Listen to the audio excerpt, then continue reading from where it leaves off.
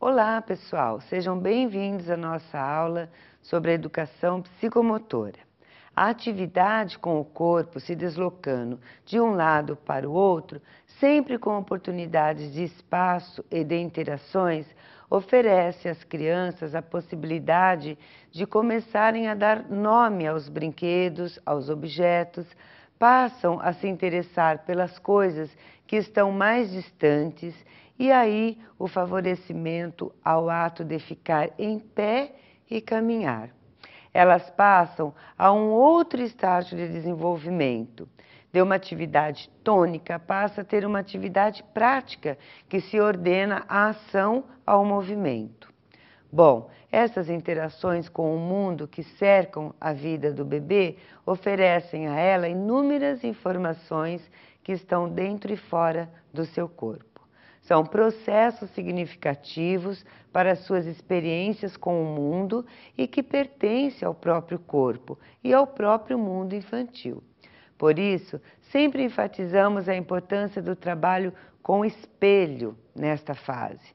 Segundo Vallon, ao reconhecer a sua própria imagem no espelho, a criança compreende sua imagem corporal. Por isso, é fundamental termos sempre à disposição das crianças um espelho em sala de aula. Com 1 ano, ao ver sua imagem, a criança toca, vira, parece querer tocar na imagem e brinca com ela, fazendo caras e bocas.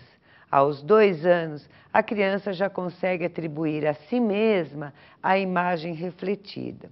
Já podemos dizer que é o acesso à sua autoimagem, a verdadeira incorporação do conhecimento do seu corpo como sendo pessoal, sendo seu.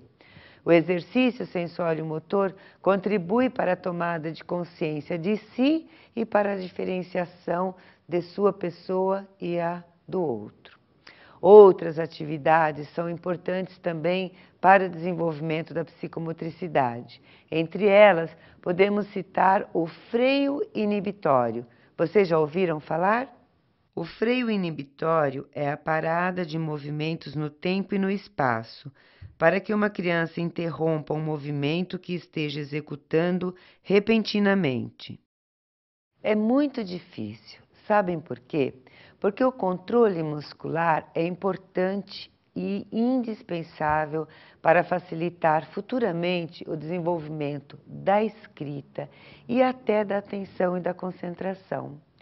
Muitas brincadeiras ajudam nesse sentido. Por exemplo, a brincadeira de estátua, dança da cadeira, o jogo de alerta, mãe-cola, morto-vivo, caminhar com um obstáculo na cabeça, que pode ser um livro. Já estamos aí trabalhando também o equilíbrio.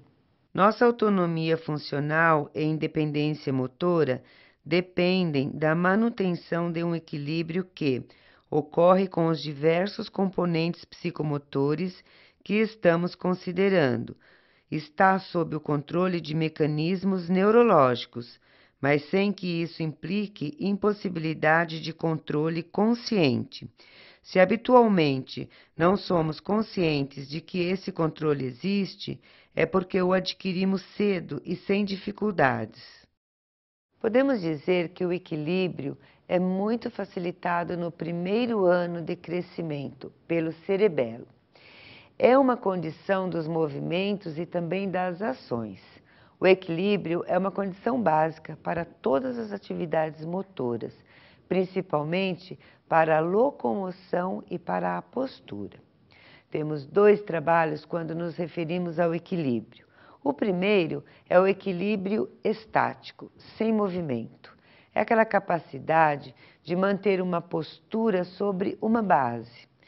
Quanto menor for a base, mais dificuldade a criança terá para realizar a tarefa. Por exemplo, a brincadeira da estátua. O segundo é o equilíbrio dinâmico, que é realizado com o corpo em movimento e que determina alterar a sustentação do corpo. Um exemplo, andar em uma linha traçada no chão. A criança tem esta necessidade de explorar seus movimentos através do seu corpo com o meio. Quando ela consegue ir para um lado ou para outro de forma mais independente, ela melhora o seu comportamento. Sendo assim, há uma busca em descobrir e em experimentar todas as formas possíveis de movimentos. Nós, como pais e professores, muitas vezes podamos essa interação da criança com as possibilidades de crescimento e de aprendizagem.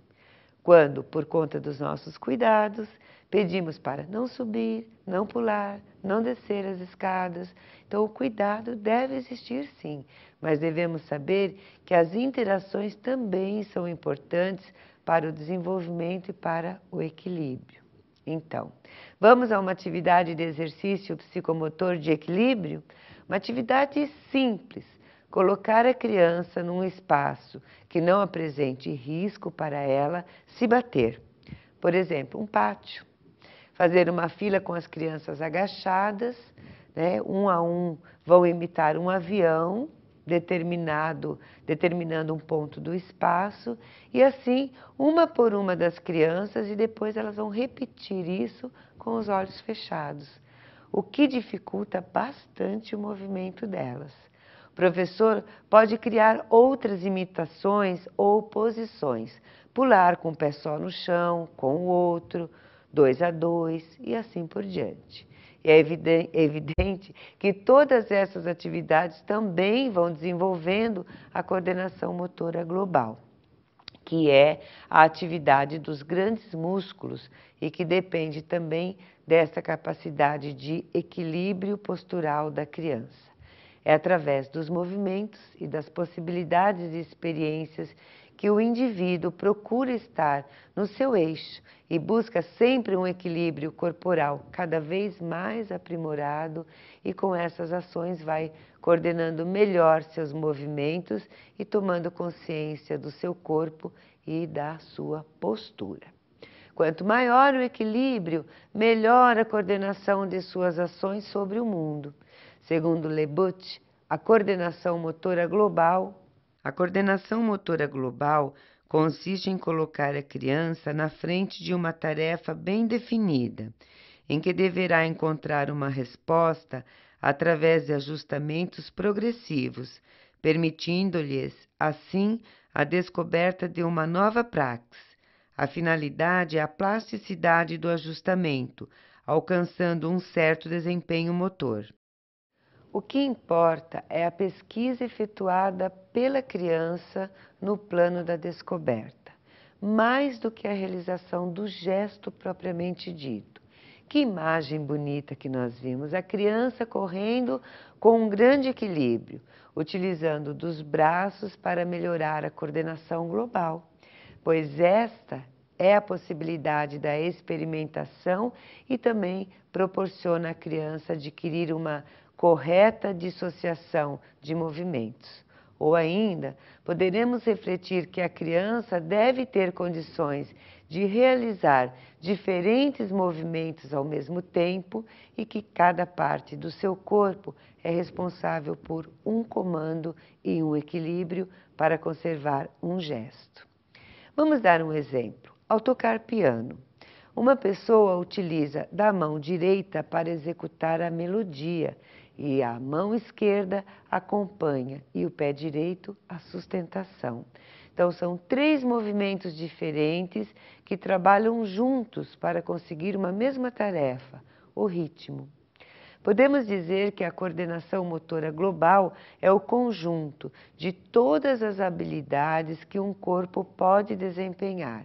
E para que isso aconteça de modo harmonioso, busca-se ajustar a melodia cinética, ou seja, a harmonia de todos os gestos juntos numa totalidade. Muitas são as atividades que levam ao desenvolvimento de uma coordenação global, principalmente as atividades básicas, como andar, que é um ato neuromuscular que necessita de equilíbrio e de muita coordenação. Temos essa certeza quando acompanhamos o processo de andar de um bebê, cambaleando, caindo, se levantando novamente e conquistando maturidade para o seu caminhar. Correr requer tudo isso e mais resistência e força nos músculos, assim como tantas outras: saltar, rolar, pular, arrastar-se, nadar, lançar, pegar, sentar, enfim. Todas estas são ações que levam a uma descoberta da ação global. A criança, desde cedo, pratica essas atividades e, quando chega aos bancos escolares, já possui certa coordenação global de seus movimentos. Algumas ainda podem apresentar dificuldades. Neste caso, o professor, antes de tudo, deve levar em conta as possibilidades, avaliando as aquisições anteriores. É importante observar a criança em toda a sua dimensão motora e a relação entre a postura e o controle que tem do corpo. Outra observação importante é se a criança se apresenta cansada ou ainda uma realização não adequada do movimento. É importante estarmos sempre alertando os pequenos de suas posturas inadequadas, com paciência e transmitindo segurança a elas. O nosso objetivo é auxiliar no sentido de desenvolver uma coordenação satisfatória. Afinal de contas, a coordenação motora é a capacidade de se compor com intenção um movimento e com harmonia, e que corresponda a um comando que o cérebro envia aos músculos para que essa realização seja realmente possível. Quanto menor a criança, mais músculos são associados para realizar os seus movimentos, seja este movimento de qualquer espécie. Vamos dar um exemplo. Um bebê de 3 meses não consegue esticar o braço para bater num mobile que está quase ao seu alcance sem levantar a perna ou o tronco junto, ou a maioria das partes dos músculos do corpo. Ele empenha um desgaste físico grande. Claro que com o passar do tempo há um ganho significativo de sua força. Então, por volta do 5º ou 6º mês, o bebê vai sentar e utilizará as pernas e os pés, ou seja, os membros inferiores, para sustentar o tronco e a cabeça. Assim, ele libera os braços e as mãos para ousar muito mais e explorar o espaço que ele já consegue dominar melhor. Ele não para por aí. Continua a se exercitar e adquire o que chamamos de coordenação motora global, que se responsabiliza pelos movimentos mais amplos, onde são utilizados todos os músculos do corpo. Vocês sabiam que são esses movimentos que irão favorecer lá na frente os movimentos da coordenação motora fina? Não só a coordenação motora fina, mas também as coordenações mais complexas e minuciosas, como, por exemplo, desenhar, pintar, fazer tricô ou bordar, entre outros. Por todas essas comprovações, é que a cada dia mais precisamos oportunizar as nossas crianças, por menores que sejam, para se desenvolverem em suas ações psicomotoras. Muitas atividades consistem em colocar a criança em situação de alerta diante de todas essas propostas, de todas essas tarefas, pois a criança vai encontrar um modo de responder progressivamente a todos os seus ajustes de desenvolvimento e também descobrir novas maneiras de estabelecer contatos e movimentos com o seu próprio corpo. As atividades podem ser dirigidas individualmente, em duplas e grupos, como trabalhos de passes, arremessos, manipulação, drible e chutes, e pré-desportivos, brincadeiras populares como bets, amarelinha, esconde-esconde, polícia-ladrão, mãe-pega, morto-vivo, caracol, alerta, caçador, pular corda, andar de bicicleta, gato e rato, lenço atrás, menino pega menina e vice-versa, elástico, entre tantas outras maneiras de brincar. Além de todas essas brincadeiras que já conhecemos bem, desde a nossa infância, temos algumas sugestões para completar os planos de aula com objetivos psicomotores. Uma é a brincadeira Dormiu, Dançou. Formamos um círculo para que os jogadores fiquem bem próximos um dos outros e se posicionem com as pernas um pouco abertas lateralmente. Dentro do círculo, os jogadores deverão dar um chute devagar na bola com a intenção de fazer gol. Será considerado gol quando a bola passar por baixo das pernas do colega.